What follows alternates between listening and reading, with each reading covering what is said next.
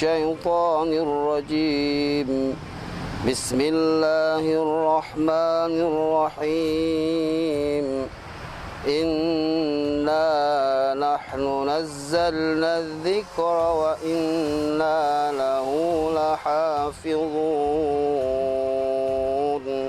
صدق الله العظيم. Assalamualaikum warahmatullahi wabarakatuh. Bismillahirrahmanirrahim. Alhamdulillahi rabbil alamin. Wassalatu wassalamu ala asyrafil anbiya'i wal mursalin Sayyidina wa maulana Muhammadin wa ala alihi wa sahbihi ajma'in, amma ba'd. Kaum muslimin dan muslimat, hadirin wal hadirat rahimakumullah.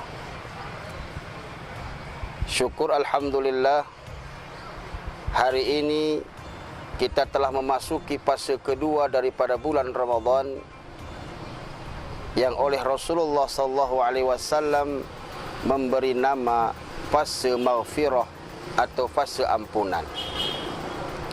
Mudah-mudahan setelah kita melalui beberapa hari di bulan Ramadan, melewati fase pertama, fase rahmah, kasih sayang Allah, di dalam waktu atau fase maghfirah ini kita mendapat ampunan Allah Subhanahu wa ta'ala. Tentunya ini yang sangat kita harapkan sebagai hamba. Amin, Allahumma amin.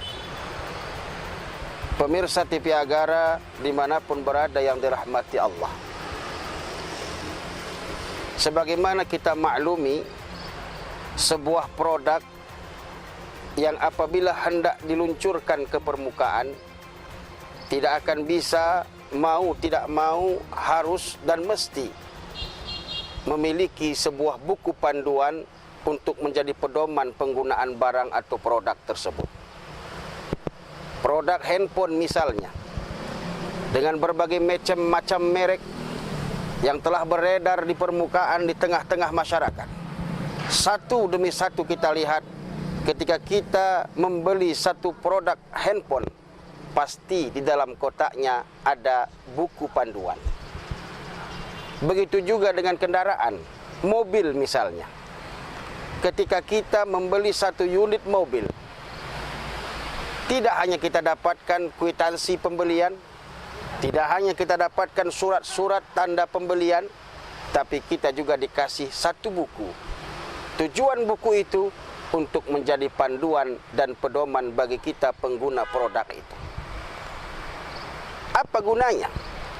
Agar kita dalam pemakaian itu produk tidak salah penggunaan, tidak salah dalam pemakaian, dan kalau seandainya terjadi kesalahan, di dalam buku petunjuk itu ada pedoman dan tata cara memperbaikinya. Begitu juga kita manusia. Kita adalah makhluk ciptaan Allah Subhanahu wa ta'ala, the creation of God.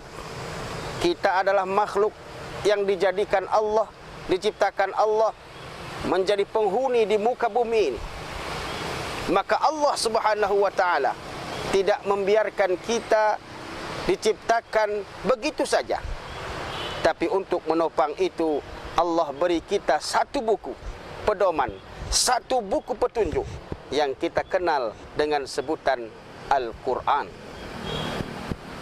Al-Quran adalah merupakan kitab suci kita, sebuah kitab yang sangat istimewa, yang mulia, dan diturunkan kepada sosok manusia yang mulia, Nabi besar Muhammad sallallahu alaihi wasallam. Diturunkan di bulan yang mulia, bulan suci Ramadan, yang hari ini, saat ini kita tengah berada di dalamnya. Maka pada kesempatan ini, mari kita renungkan fadilah-fadilah dan keutamaan-keutamaan bagi kita yang membaca Quran dan kelebihan-kelebihan Al-Quran itu sendiri. Hadirin wal hadirat, pemirsa TV Agara dimanapun berada rahimakumullah. Yang pertama, Al-Quran Allah turunkan sebagai petunjuk bagi kita umat manusia. Hal ini tertera dan tertuang dalam surah Al-Baqarah ayat 185, di mana Allah menjelaskan, A'udzu billahi minasyaitonir rajim. Syahrul Ramadan alladzi unzila fihi al-Qur'an hudan lin-nasi wa bayyinatin minal huda wal furqan. Al-Quran sebagai petunjuk, Al-Quran sebagai kitab suci Allah turunkan dalam bulan suci Ramadan. Untuk apa? Hudan linnas, sebagai petunjuk bagi manusia, wa bayyinatin minal huda wal furqan, dan mampu membedakan mana yang benar, mana yang salah, mana yang hak, mana yang batil. Itulah tugas Al-Quran. Sebagai manusia kita harus yakin itu. Sebagai manusia ciptaan Allah, kita harus pergunakan itu. Karena Allah telah menggariskan, hei manusia, engkau kuciptakan, maka buku petunjuk pun kuberikan. Kalau engkau, kita semuanya mengaku sebagai manusia, jadikan Al-Quran sebagai petunjuk hidup kita. Mau kemana kita? Mau apa kita? Balik kepada Al-Quran, karena memang Al-Quran dijadikan sebagai petunjuk dalam hidup. Maka keutamaan Al-Quran adalah menjadi petunjuk hidup bagi kita manusia. Tanpa Al-Quran kita tak bisa bedakan mana yang baik, mana yang salah. Tanpa Al-Quran kita tak bisa bedakan mana yang batil, mana yang hak. Maka untuk hidup lebih terarah, jadikan Al-Quran sebagai petunjuk dalam hidup kita. Ini yang pertama. Keutamaan Al-Quran yang kedua adalah Al-Quran mulai dari Allah turunkan sebagai wahyu sampai hari ini terjaga kemurniannya dari modifikasi manusia. Terjaga Al-Quran tersebut dari keusilan manusia. Hal ini tertuang dalam Al-Quran surah Al-Hijr ayat 9. A'udzu billahi minasyaitonir rajim. Inna nahnu nazzalna dzikra wa inna lahu lahafizun. Sesungguhnya kami Allah yang menurunkan Al-Quran, dan kami yang akan menjaganya, kata Allah Subhanahu wa ta'ala. Jaminan Allah kepada Al-Quran ini terbukti. Banyak cara orang hendak memodifikasi Al-Quran. Banyak cara orang-orang orientalis hendak merubah isi Al-Quran. Tapi Allah telah menjamin bagaimana usaha mereka hendak merubah Al-Quran. Seketika itu juga Allah buktikan, Allah tunjukkan, sehingga tampak kelemahan, dan selamatlah Al-Quran dari kerakusan mereka-mereka yang hendak memutarbalikkan Al-Quran.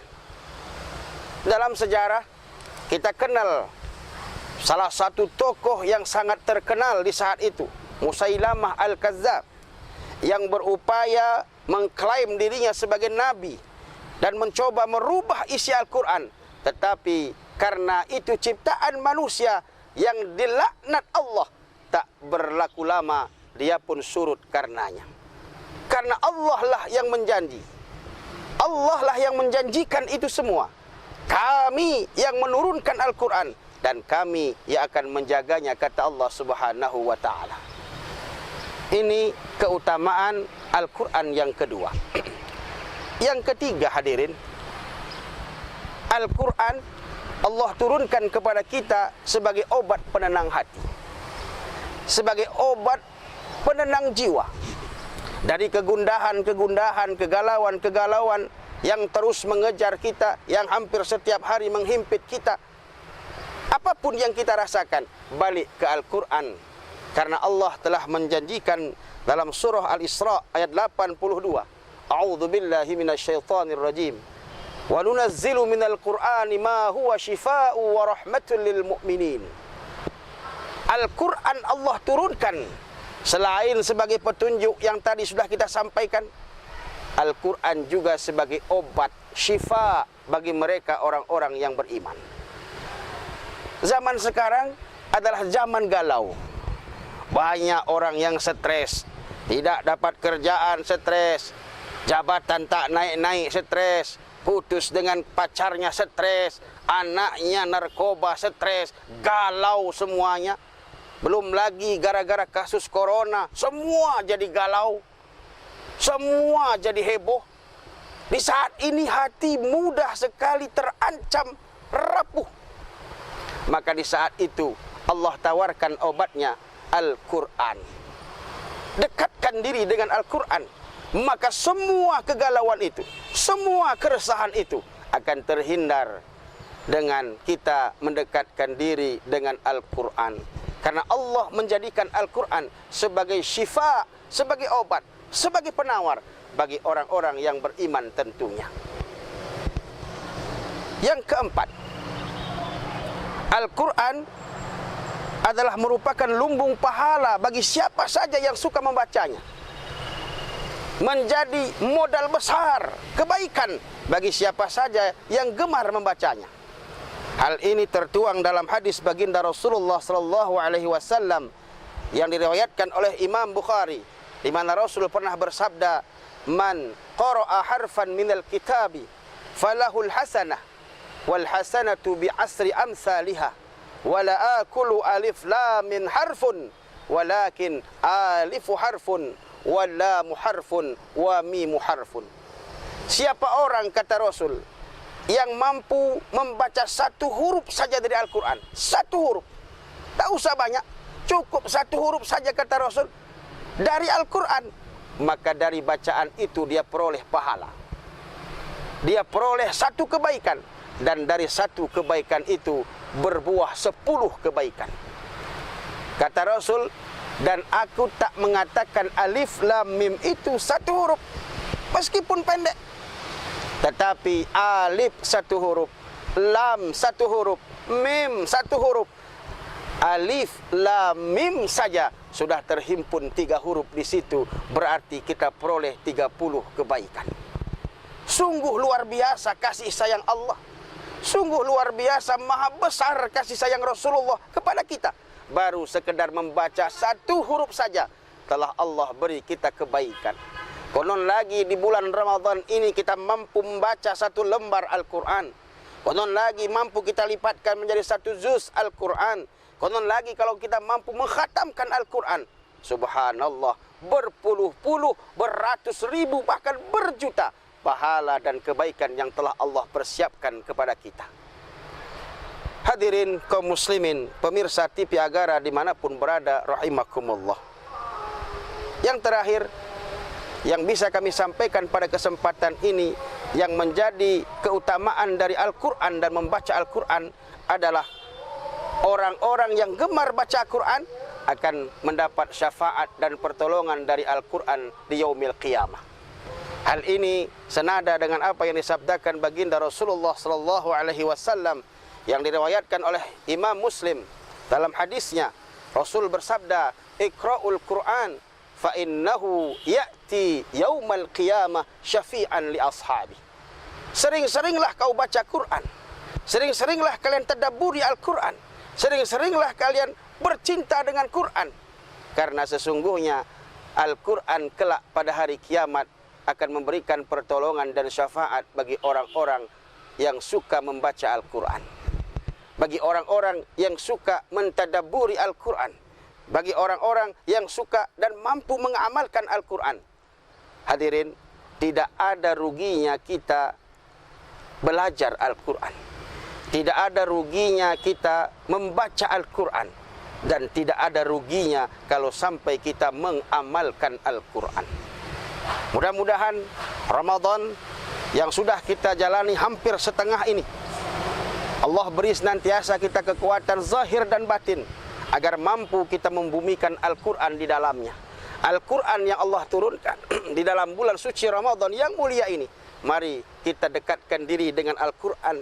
Mari kita bercinta dan berromantis ria dengan Al-Quran. Jangan hanya jadikan pajangan, jangan hanya jadikan hiasan rumah saja.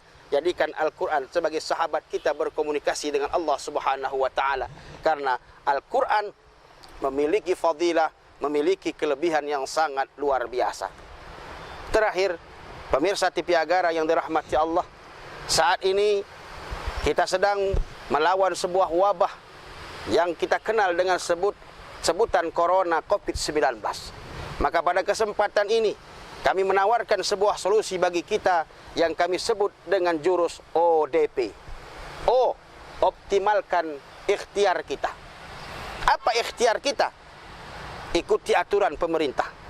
Apa yang dianjurkan pemerintah, laksanakan. Karena itu pasti untuk kebaikan kita bersama. Yang kedua, P. Dekatkan diri dengan Allah. Dekatkan diri dengan Sang Pencipta. O, D, baru yang terakhir P, perbanyak doa kepada Allah. O-nya adalah optimalkan ikhtiar, D-nya adalah dekatkan diri dengan Allah. Yang ketiga, V, perbanyak doa kepada Allah Subhanahu wa taala. Inilah tempat kita. Tempat Allah kabulkan setiap doa. Tempat Allah ijabah semua keinginan. Mudah-mudahan Ramadan membawa berkah bagi kita, dan dengan keberkahan Ramadan Allah hapuskan virus ini dari bumi sepakat segenap pada khususnya dan dari dunia pada umumnya, agar kita bisa beribadah, bersilaturahim dan melaksanakan urusan duniawi kita dan ukhrawi kita dalam keadaan tenang, tidak dalam keadaan ketakutan dan keresahan. Ini saja yang bisa kami sampaikan hadirin. Mudah-mudahan ada manfaatnya bagi kita semua. Pesan terakhir dari kami, Ramadan Allah turunkan Al-Quran. Jadikan Al-Quran sebagai pedoman hidup, karena Al-Quran pasti mengajak kita dan membawa kita kepada arah kebaikan, menuju kebahagiaan di dunia dan tentunya di akhirat. Hadanallah wa iyyakum ajma'in. Billahi taufiq wal hidayah wal ridha wal inayah. Wallahu muwafiq ila aqwamit thariq. Assalamualaikum warahmatullahi wabarakatuh.